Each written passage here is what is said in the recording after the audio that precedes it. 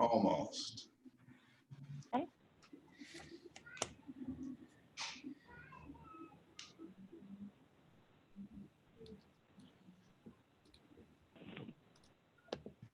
Okay, Counselor.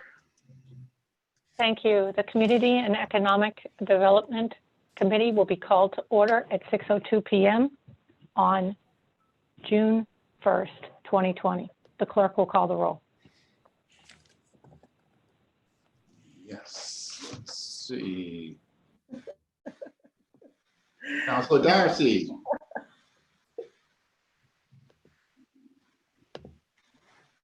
Counselor Darcy. Counselor Durkee. Present. Counselor LaCava. Counselor LaCava. I think he wrote present on the Zoom. Does that count? I think I got it here. Counselor Paz. Present. Chairman Harris. Chairwoman Harris. Fine, present. So you have 4 present, 1 absent. Thank you. Can we bring up the agenda for this meeting, please? Clerk Pro Tem.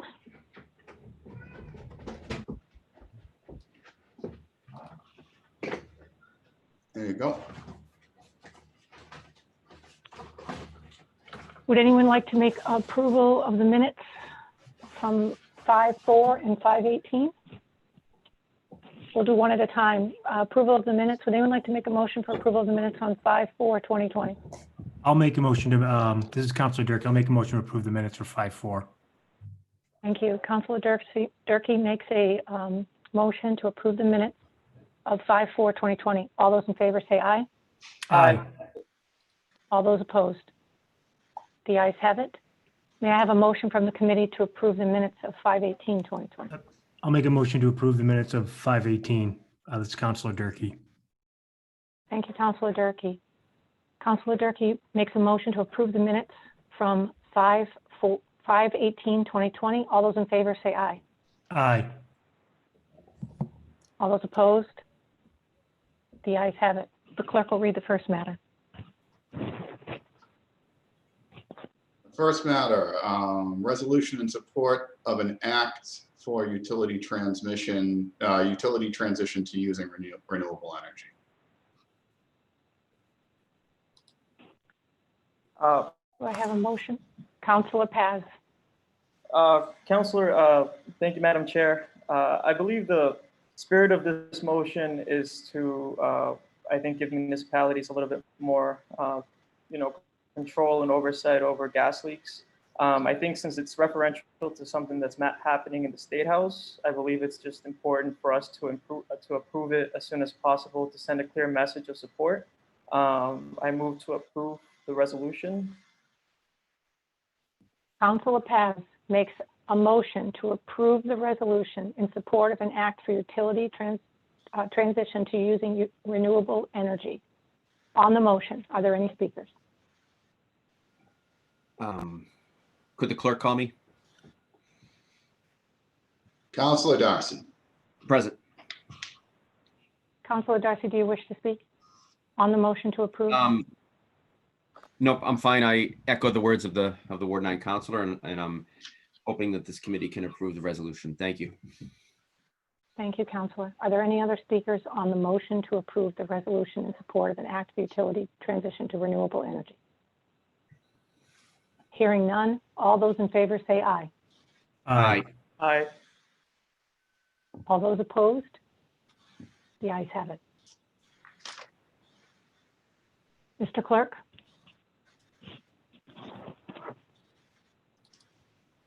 Madam Chair. Yeah. So we're on to tabled items. Councilor Paz, do you wish to make a motion to take something off the table? Yes, Madam Chair. I move to take providing public Wi-Fi in Waltham resolution off the table.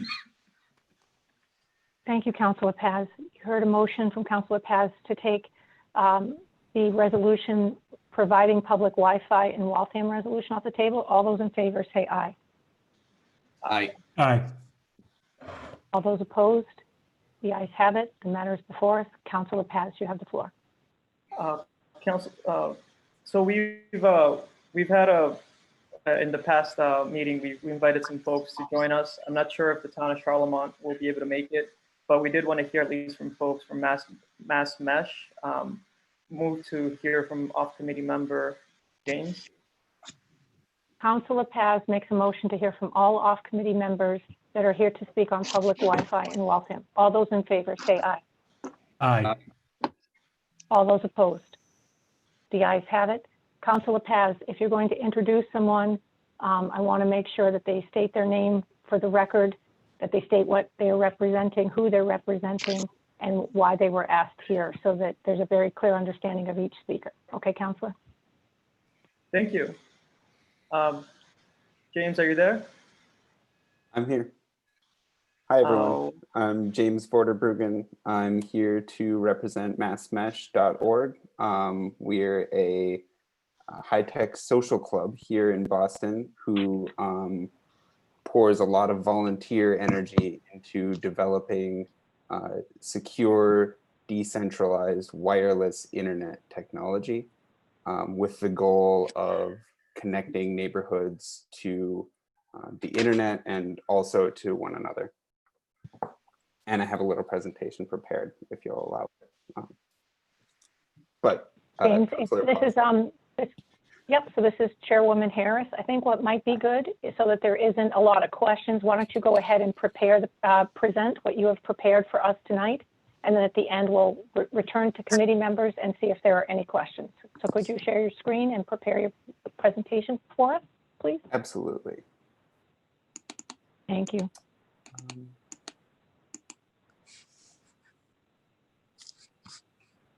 Here, I think that you might need to grant me the ability to do that. It says the host has disabled the screen sharing by attendees. Oh, let me see. Okay.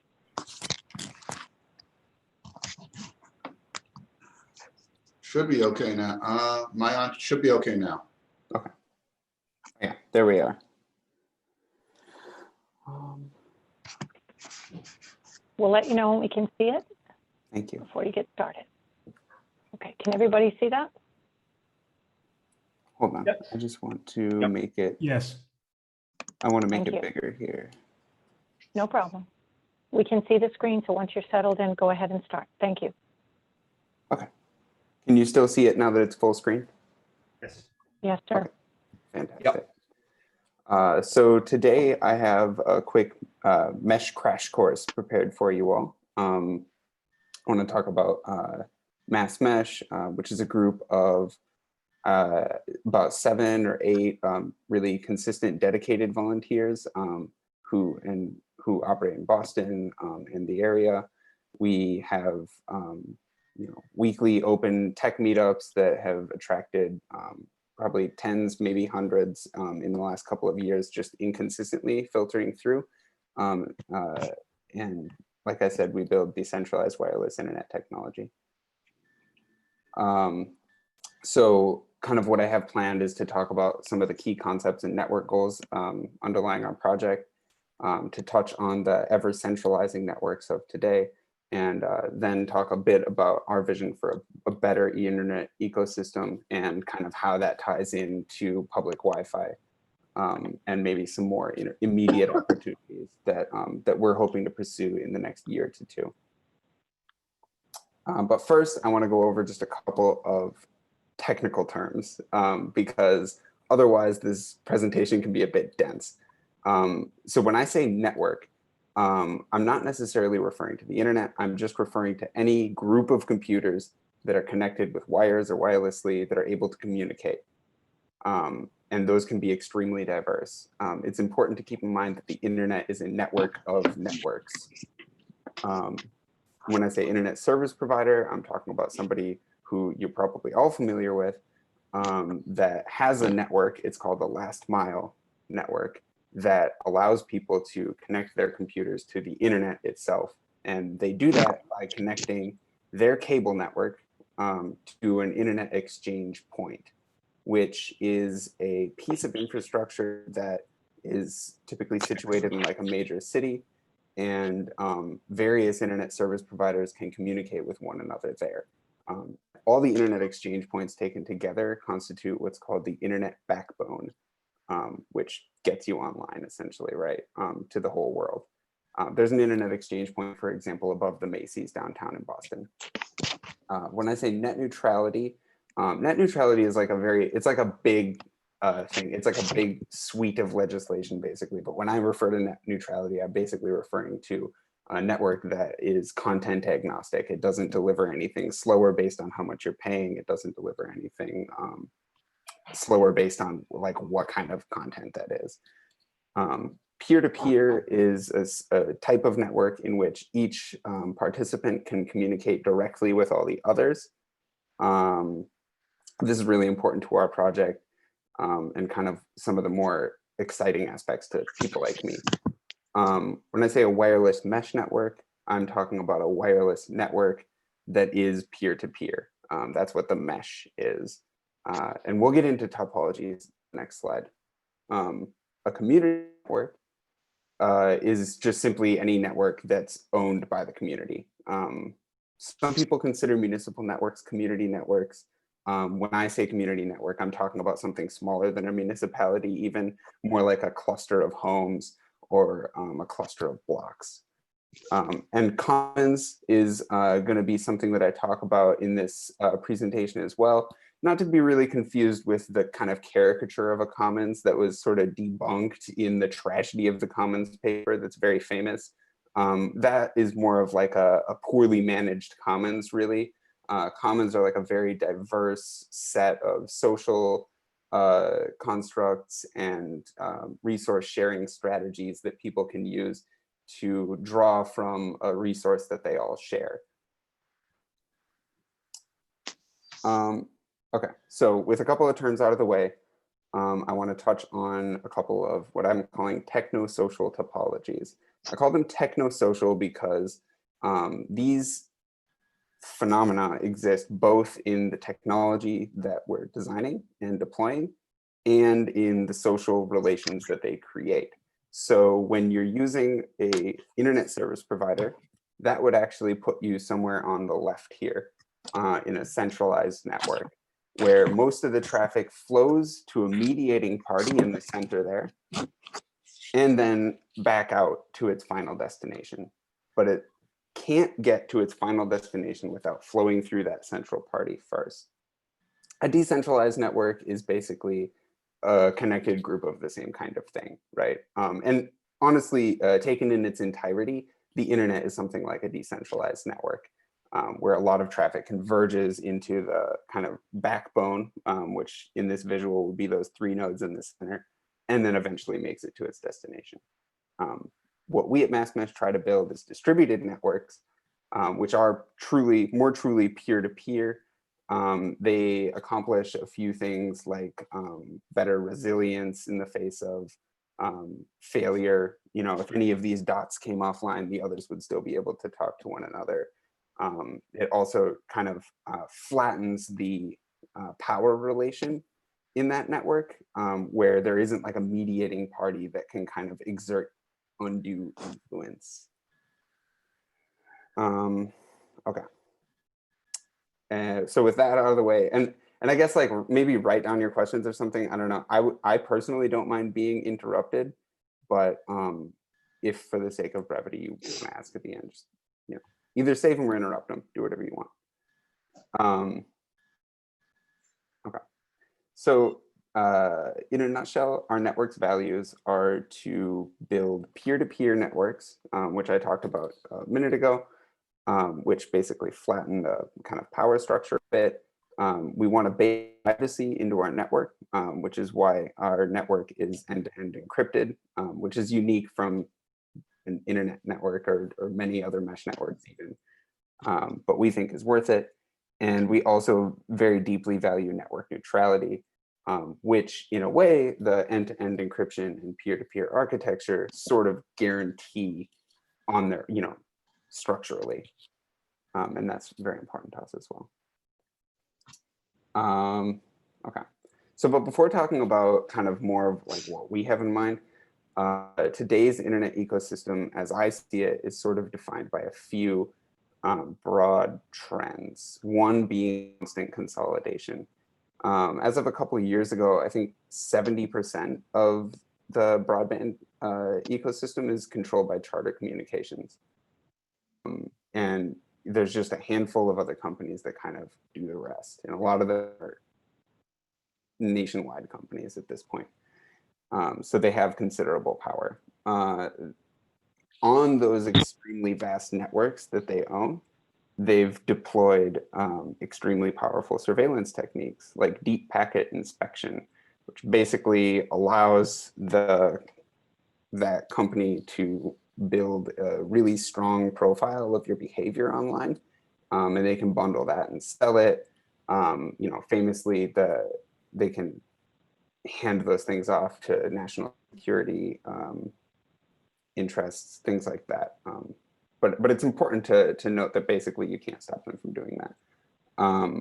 Opinionated content delivery is becoming the norm, especially after the death of net neutrality. I think we have yet to see kind of the final consequences of the death of that legislation. But basically, it's already happening. Internet service providers are throttling different types of content based on what it is. And there's a lack of accountability and stagnation that's kind of underlying this whole thing. It kind of comes with the constant consolidation, right? If they have all this market power, then who's going to really hold them accountable? And how are we going to prevent them from stagnating and just simply trying to rake in more profit without actually deploying new innovative technologies?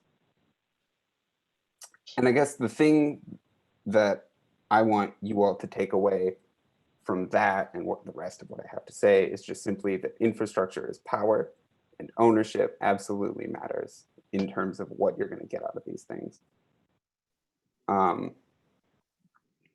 And ownership is sort of at the center of the wireless mesh networking efforts that are going on in the United States right now.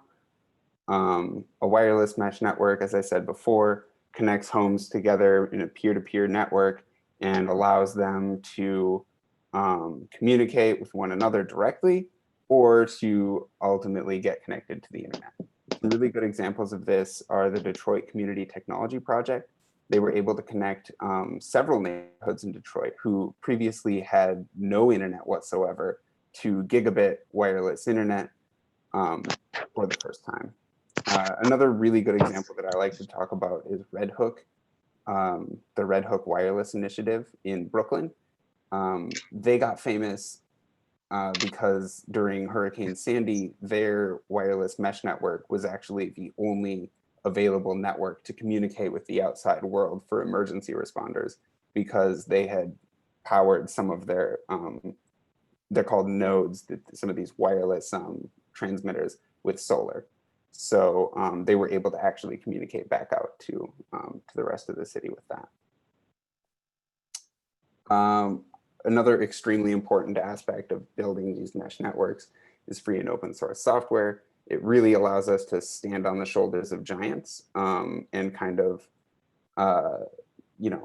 use technology that was developed by not by profit-seeking companies, but rather by people who share our values and our goals.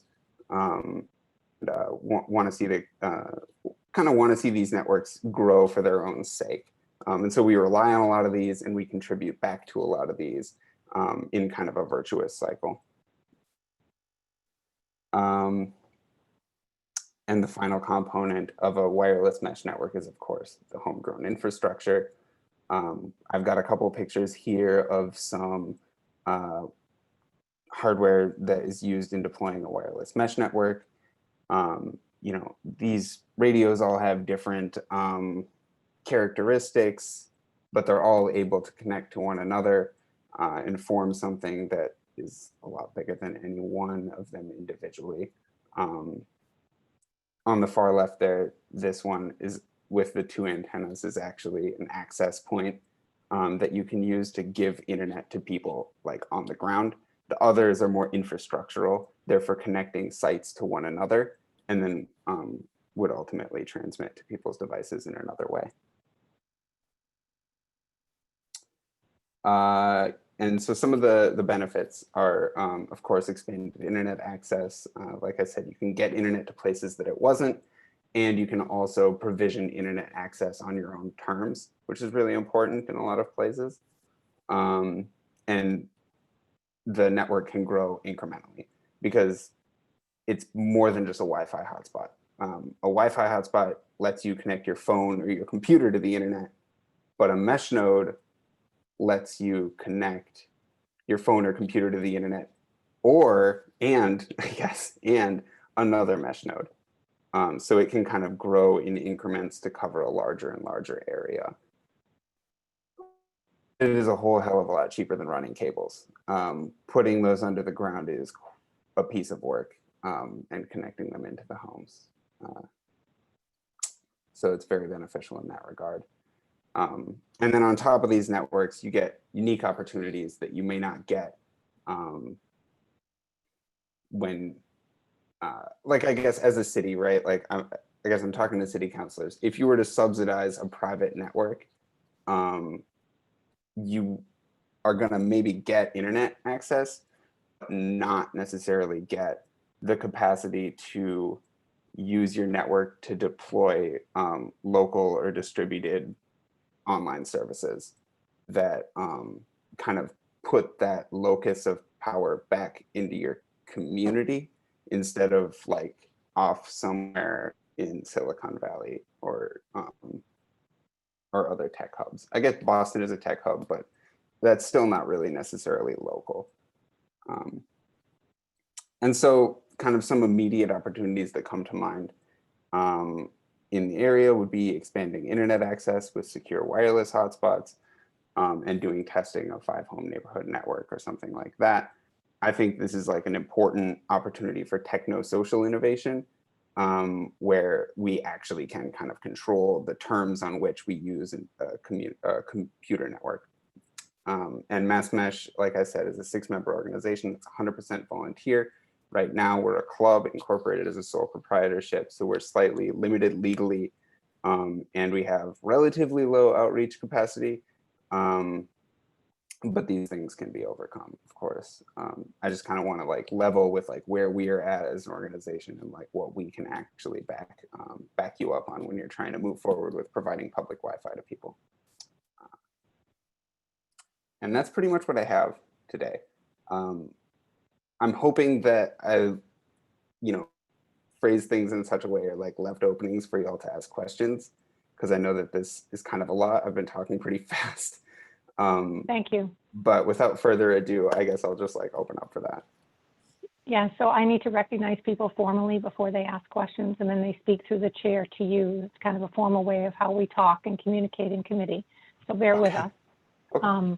Councilor Paz brought you in and made that motion. So I'm going to ask Councilor Paz and the chair will recognize Councilor Paz. Are there any questions for the presenter tonight? Yeah, so thank you for making time. Really appreciate it. It's great to see you. So just to like reduce it because it's very technical.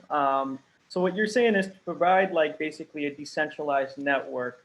All we would need is really access points, right, which could actually deliver internet, and then nodes to help propagate that service. Is that correct? Yeah, that's right. And in fact, the nodes and the access points are one and the same device. Something can be both. Okay, that's good. I'm learning as we speak. And how relatively expensive are they expensive to acquire and maintain this technology? To maintain, I guess I'm not sure. It's $150 a node to deploy one. That's like what they come out to, including like kind of some basic mounting hardware and things like that. To maintain, I would argue, it's probably extremely cheap in the long term. It's basically the cost of electricity to run one of these things. And you talked about encryption. That's technology that's readily available and free, or is there a price to that, or how does that work? Nope. Yeah, like I said, it's based on free and open source software. So not only is it free to use, but also if you're curious, you can directly look at how it works. So that's the open source component of it, right? Last question, if you can speak to your work. I know you guys are big in New York and Spain. Could you speak to either of those two regions and your success there? Sure. We're actually not successful in New York and Spain. Someone else has been successful with similar ideas in New York and Spain. Just to clarify. Oh, okay. Yeah, but yeah, New York City Mesh has been able to deploy several hundred nodes in the last, I think, just 5 years, honestly. And like they're able to provide internet to people using volunteer labor and open source software like us. They're able to get internet to people for about $20 a month in the form of an optional donation. So, and yet they're sustaining themselves. So I think they're, pretty inspiring, and they have good like speeds and all those things. But yeah, in Spain, Giphy.net has tens of thousands of nodes.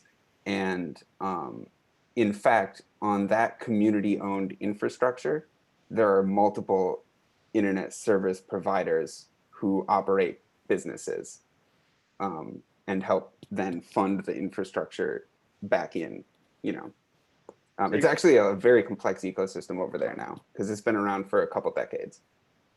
And just to be clear, when you say open source software, you mean free? I do, yeah. Free, okay.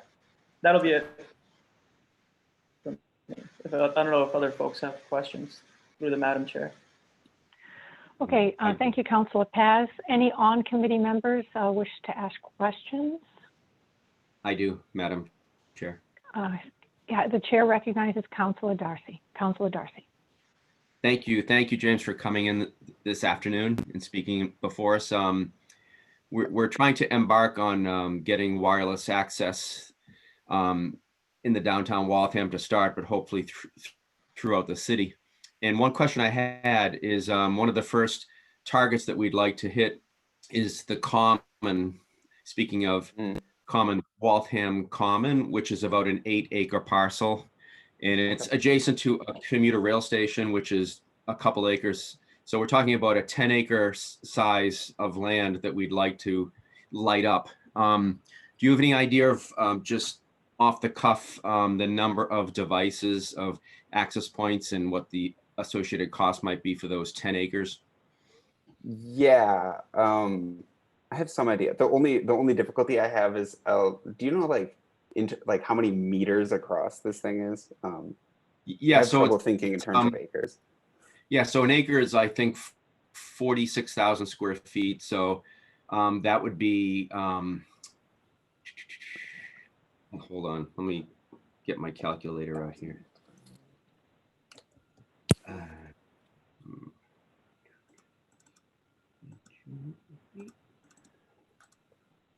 Yeah, so you can envision something like, say, a little over 200 feet by 200 feet. That would be 1 acre. So Gotcha. in meters, that would be 60 meters by, is that right? Yeah. It would be somewhat less converting to meters, which is divided by 3. But does that give you an idea? Yeah, absolutely. Yeah, so actually the devices that we would probably use in a situation like that would be this one with the two the omnidirectional antennas. They broadcast in every direction, and they're useful for covering big open spaces like that. And the range on these reliably is like 100 meters. They of course transmit further than that, but so I think something on the order of, say, 10 or so. Yeah, something about that. Probably less. The thing is, with line of sight, these do go much more than 100 meters, like almost twice that. But yeah, to be safe, I would say like plan on like 10 on the order of. And then as far as the power is concerned, do they require AC power, or do you have like the solar versions that can be just run off the sun? Or They do require AC power. If you were going to deploy solar panels to run, that would have to be like a separate, essentially module, right? That you like put down a solar module and then like plug it into that. Okay. And then, I mean, and then also the other question I had is that ultimately, even if we did say start to wire the common, we'd ultimately, one of those nodes would have to hook into some internet service provider. Is that a correct statement?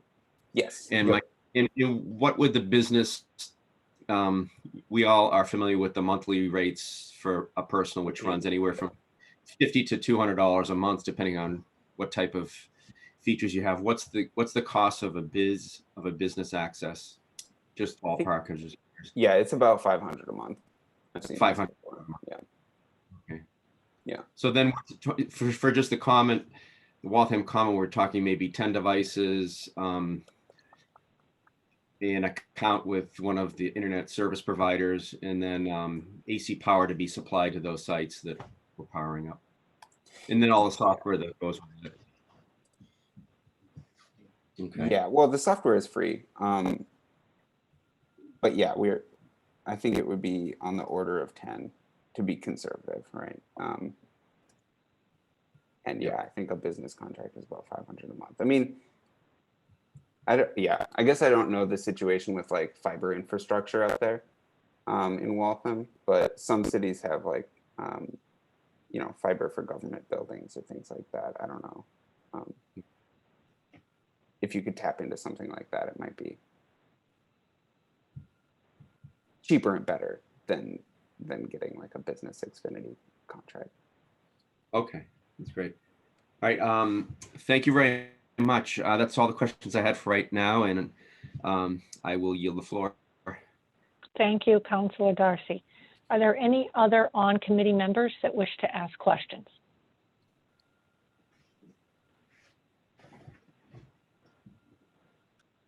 Are there any off-committee members? I see other councilors here. Are there any off-committee members that wish to ask questions of our speaker presenter? I move to hear from all off-committee members, Madam Chair. There's a motion to hear from all off-committee members. All those in favor say aye. Aye. Aye. The ayes have it. Who wishes to speak off-committee? This is Councilor Mackin. Hi, Councilor Mackin. The chair recognizes you. Go ahead. Hi, thank you. So just real quickly to address one of the points made during the last questioning period. To my knowledge, Waltham does not currently have any municipal fiber connecting any of our government buildings. So I have a couple of unrelated questions. And the first is that in some state legislatures have enacted laws that limit the ability of municipalities to either build or put up either municipal broadband or distributed networks like this. Are you aware of any legal roadblocks like that in Massachusetts? Not in Massachusetts, no, but you're right. Great. That's in 26 states. Okay. Yeah. Awesome. And then unrelated question is, I think the state legislature has given grants to some communities doing last mile projects. Are you aware if that's the case, and is there any state funding available for projects like this one? It's definitely the case. I've seen most of that directed at like more rural, like Western Mass projects. Yeah, but that's yeah, that's my understanding as well. And then with the software on these devices being open source, do they auto update and pull any updates from their own network, or is that something that has to be performed manually? Right now we do it manually. It turns out doing distributed auto updates is like fairly complicated. Okay. It's being worked on, but like right now, yeah, full disclosure, we do like just log in remotely and like do the update. Okay, is that something that the municipality you would encourage us to take on, or is that something that your network makes a commitment to do for us? I think we could commit to do that to a test network. Ah, okay. For sure, you know. but anything else I wouldn't be able to commit to like right now. Yeah. Yeah, that's totally fair. Yeah, I'm just trying to figure out what the boundaries are. Mhm. And then for these devices, what's the normal lifespan of them? Either until they lose functionality or until they would need to be replaced because there's something better available. If the latter is just a guess, that's totally fine. I understand that we can't always predict the pace of change. That's fair. Yeah. The latter, I wouldn't worry about too much, just because the devices are capable of delivering up to a gigabit between themselves, and hundreds of megabits to client devices like laptops and phones. Okay. I don't mean to get hyper specific, but like the infrastructure part of it is like, basically the hardware ceiling is gigabit and everything else is like kind of software limiting us right now. Sure. Which is sufficient for like most stuff that people do. A gigabit is a ton. As in terms of lifespan, it's a little hard. I think like the police use the same hardware in their like surveillance networks actually. And some of that hardware that they've got up is like 5 or 6 years old now. Okay. So I don't know exactly how long it would last, but you don't see a lot of this stuff for sale used. Yeah. Okay. So the cost per year is going to be $30 or less by the time you divide that 150 over the lifespan. Yeah.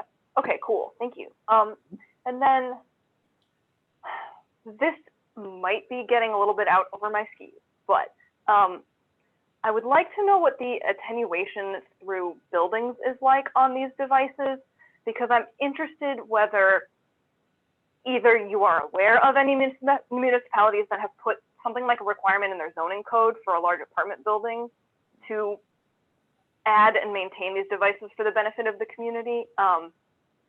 So the question is, what's the attenuation like? Through the building?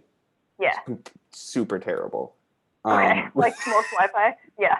Yeah, it actually uses the same wireless frequencies as the routers that you use in your home. Okay. Yep. Cool. Because, good to know. Yeah. So once you All put right. a couple walls in there, it's pretty bad. Yeah. It's a line Okay. of sight thing. Okay. Yep. That makes perfect sense. I think that's all of my questions. Thank you for coming. I found this presentation really informative and helpful, and I'm excited about the possibilities for Waltham. So I really appreciate your time. Thank you. Thank you, Councilor Mackin. The chair recognizes Councilor McLaughlin. Thank you, Madam Chair. Thank you, James, for being here. My questions were actually asked and answered, although just a quick question about the PowerPoint presentation that you made. Did you give a copy of that to the clerk? Can we get a copy of that so that can be disseminated? I didn't, but you can. That's great. Okay, so if you can get that to the clerk of this committee, that will be great. They'll get it out to us. Okay. Thank you, Madam Chair. Thank you, Councilor McLaughlin. So the chair would like to ask a couple of questions if I can. So James, I thought your presentation was very thoughtful and thorough, and it talks to like the possibilities, right? One of the things that I think is of utmost paramount is once we become, if we deployed this and people became dependent upon it, it becomes sometimes their only means of how they get information, how they get their education, how they might get entertainment, how they communicate abroad and locally with friends, right? It becomes a major lifeline. And especially, God forbid we're ever in the situation with COVID, it's going to truly be that without being overly dramatic. So one of the things I wanted to just talk to you about and maybe educate this committee on is, can you speak to every network has vulnerabilities, right? And so of this, because it has advantages with the meshing and the spider webbing with multiple ways you can move data around, can you speak to any vulnerabilities here? Because cost looks good, this looks good. I can hear some of the tone from other counselors, but I think it's super, super important that if people become, needing this as a way for them, just as I outlined, their quality of life and their way to access and communicate, it's going to be super important that stay viable. And so I want to understand kind of where are in this type of technology framework, where are the vulnerabilities in air quotes, or what is it susceptible to from a threats perspective? And how do you guys handle that either at the software level or at the hardware level? Can you please speak to that? Yeah, absolutely. So yeah, that's a great question. And I think there are multiple levels of vulnerabilities that you're kind of hinting at and that are important.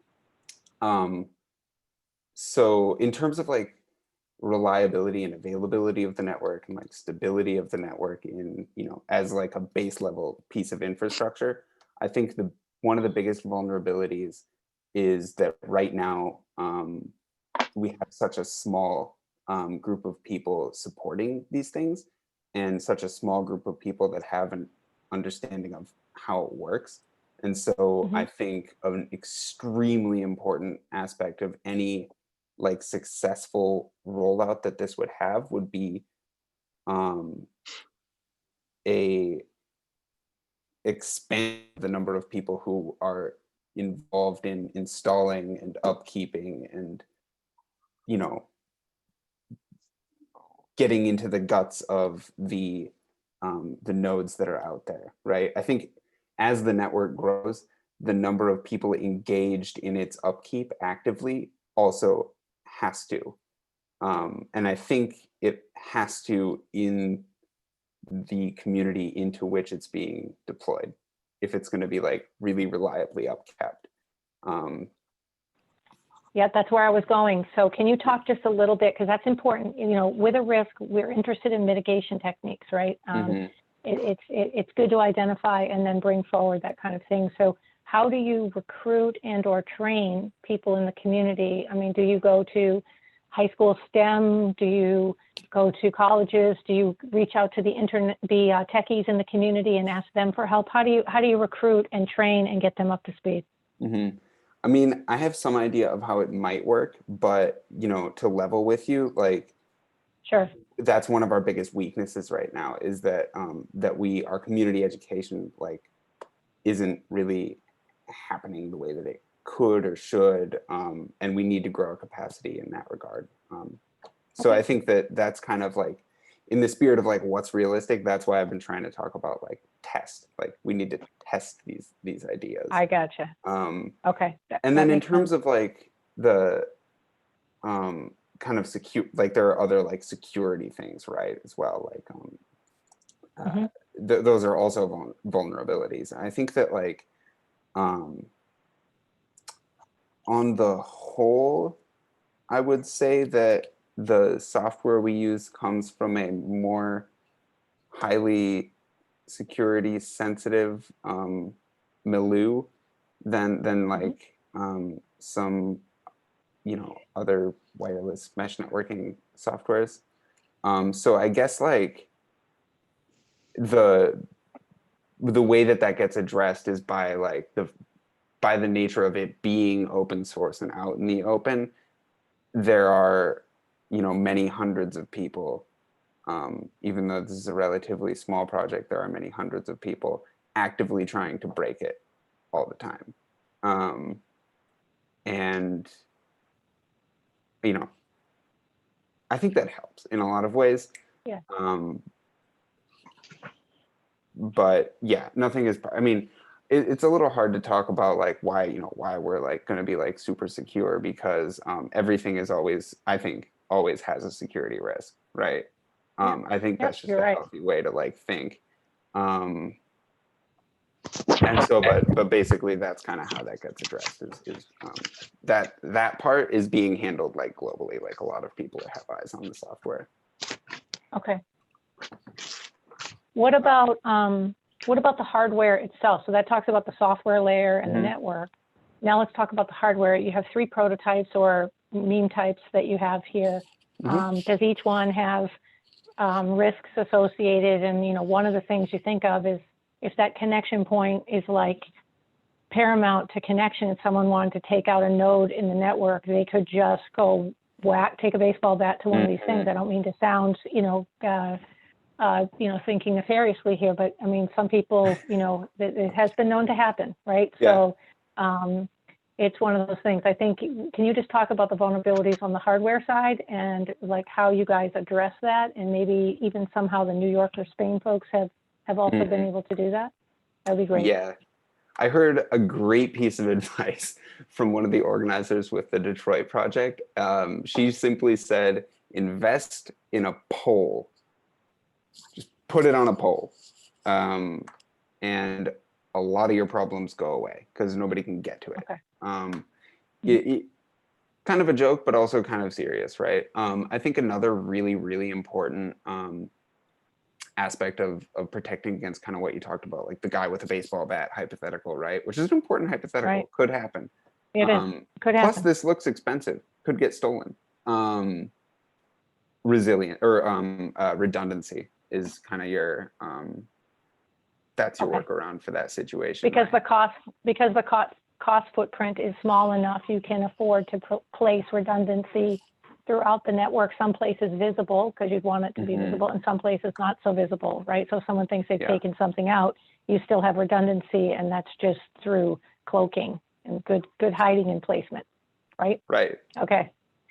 Okay. Well, are there any other threats, opportunities, or trends in this that you wish to speak to in terms of security or things we need to think about as we consider this? No, I mean, not really. I guess like, no, I love this question, by the way. Thank you so much for asking it. And I think it's almost, No it's one problem. of the more exciting things that can get like worked out on the ground, right? Through testing is like really hardening it up. And I guess I'll kind of go out on that with like testing. Fair enough. So before we deploy, we really have to have robust testing and scenarios and these kinds of things that we talked about here tonight.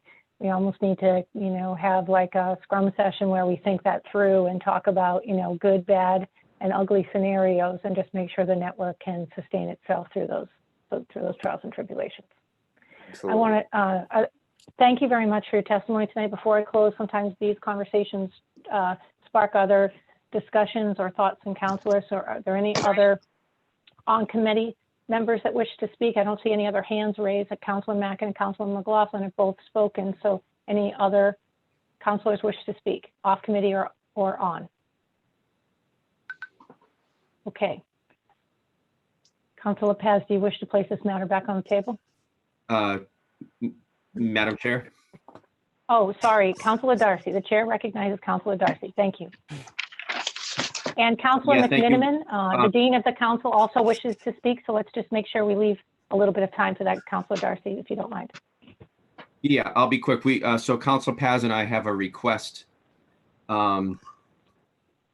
associated with this. We'd like to invite the following directors of the city: the IT director, the wires director, the planning director, to the next Economic and Community Development Committee meeting to discuss the phase 1 deployment of this mesh network in Waltham. And that would include Waltham Common, the downtown Waltham commuter rail station, the Moody Street corridor from Charles River to High Street, the Common Street parking facility, the Arthur J. Clark Government Center building, Brandeis Roberts commuter rail station, and the peak of Prospect Hill. And we've computed this out. It comes out to 18 acres. And based upon the information that James has provided, it looks like we get by with roughly 30 nodes. So Okay. that's the intent of the request. And that would be for the next meeting on. Can you submit that request to the clerk of the committee, which would be Kara at this point? Yes. Thank you. You've heard the sense of the request. All those in favor say aye. Aye. All those opposed? Thank you, Councilor. The ayes Thank have you. it. Thank you, Councilor Darcy. I appreciate you bringing that forward. The chair recognizes Councilor McMiniman, Dean of the Council. Off committee. Thank you very much, Madam Chair. Fascinating presentation, and most of it I could follow. Some of it's a little bit above my pay grade, but that's okay. I'll learn as you all are going along. I will learn, just like hopefully people do that with me. So could I ask you a question? Have you engaged in this endeavor in any other municipality in Massachusetts? No, we have not. This would be the first. So this is really a beta study in the creation. Am I correct? Yeah, yes, you are. Yep. Sure is. So that being said, what would be the legal liability component that the municipality would be taking on in this endeavor? Do you have any idea? Yeah, I have some idea, yes. In terms of legal liability, I think that the actual like deployment of things can involve like climbing things and like, you know, basically there's like a certain amount of like liability for like if somebody gets injured doing that, that I think this city would be taking on. And I guess like once it's deployed, I'm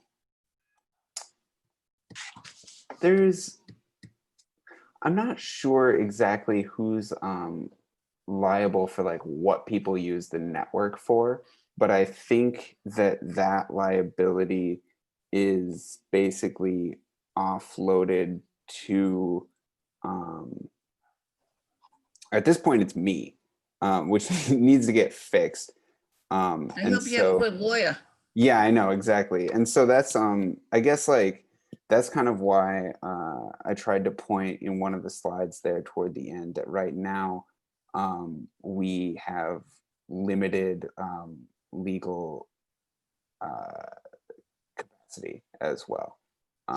And so if something productionalized, right, something as big as what Councilor Darcy mentioned were to be deployed, we'd have to scale up. But I think a fair bit of the liability actually goes to the ISP as well. Oh, Yeah, really? I think that would need to get How would that investigated. liability transfer to the ISP? Because you're using the ISP to connect to the internet. They're the internet service provider. But you're the hardware provider. That's right, yeah. Yeah. Yeah. So the next question I would have, so that I'm not sure I got a clear answer to that, but I thank you for at least trying. Sorry. The question I have, and I know that the chair is probably in a hurry. The next question I have that I think the committee needs to think about is, since this really is the first of its kind, and there is only one, if you will, competitive bid here, does this whole process have to be written up in a request for proposals? Does it have to go out under the bidding process? I think that needs to be vetted. And the last question I have, last comment I have for you, Madam Chair, is I see that there are somebody from the school department on the line, and I heard what Councilor Darcy asked for three department heads to be present. I assume this is going to be a series of events here rather than one time, because as things become apparent in the line of questioning that's taking place, as new things become apparent and evident, I assume that there'll be other times for other departments or other possible what I want here, the users will come into play. Will there be future time for those possibilities to be invited? Yes, Madam Chair, we intend to do that, and I believe Could I answer Councilor that, please? Durkee has this. As the chair, we intend to bring other people, as this is going to be put on the table. This will be discussed, and the committee members and off-committee members drive the agenda. So it's our process that allows that. This is going to be put on the table tonight and will be discussed possibly several meetings as we work through the process. So the chair will answer that. And I do want to thank Councilor McMiniman. Is that the extent of your questions for now? Because we Yes, have 3 minutes thank you for until. allowing me, thank you for allowing me to be involved. Thank you. Thank you. And I want to thank James. You did an incredible job tonight presenting. I would imagine we would have you back at a future meeting. I would just want to check. Councilor Durkee has his hand up and there's 3 minutes left. So I'd like to recognize on-committee member, Councilor Durkee. Thank you, Chair. As the school committee and school board just approved something like 150 hotspots, may I make a request to have someone from the school committee, possibly John Frasca, John Frasca to come in and speak to us so we can just find out a little bit more about how they're implementing those hotspots for the children. That sounds, yes, we can do that. We can make that motion. So Councilor Durkee makes a request to hear from at the next committee meeting, a member of the school committee who has information and knowledge related to the 150 hotspots that were approved in the budget or pending approved in the budget. I believe it's John Frasca. All those in favor, say aye. Aye. Aye. Oh, wait, All those sorry, opposed? Chairwoman. I don't think we should limit it to just Mr. Frasca. He's a school committee member. He doesn't necessarily have the whereabouts of the. Right, that's what I said. I said He anybody approves who the has money, knowledge. yeah. Yeah, anybody who has knowledge. So Okay, we asked, the school committee took the testimony, so he can come in and at least present that. And if we have additional questions that he can't answer, we can work through him to who did present at school committee and bring them in. As the dean said, and thank you, clerk of the committee. We're going to be talking about this for several weeks. This is not a one and done. So I appreciate your comment, clerk. We're trying to make a vote on this. So all those in favor say aye. Aye. Aye. All those opposed? The ayes have it. Councilor Durkee, if you could have that in writing with consideration for the clerk's statement, we will request whoever has the most knowledge, including Mr. Frasca. Okay, we are at 6:59. Do I hear a motion to adjourn? I would like to table the matter. I'm sorry. Thank you. Councilor Darcy moves to lay the matter back on the table. All those in favor say aye. Aye. Councilor Darcy makes a motion to adjourn at 7 p.m. on 6/1. All those in favor say aye. Aye. Aye. Thank you. We are adjourned at 7 p.m. Thank you, everybody.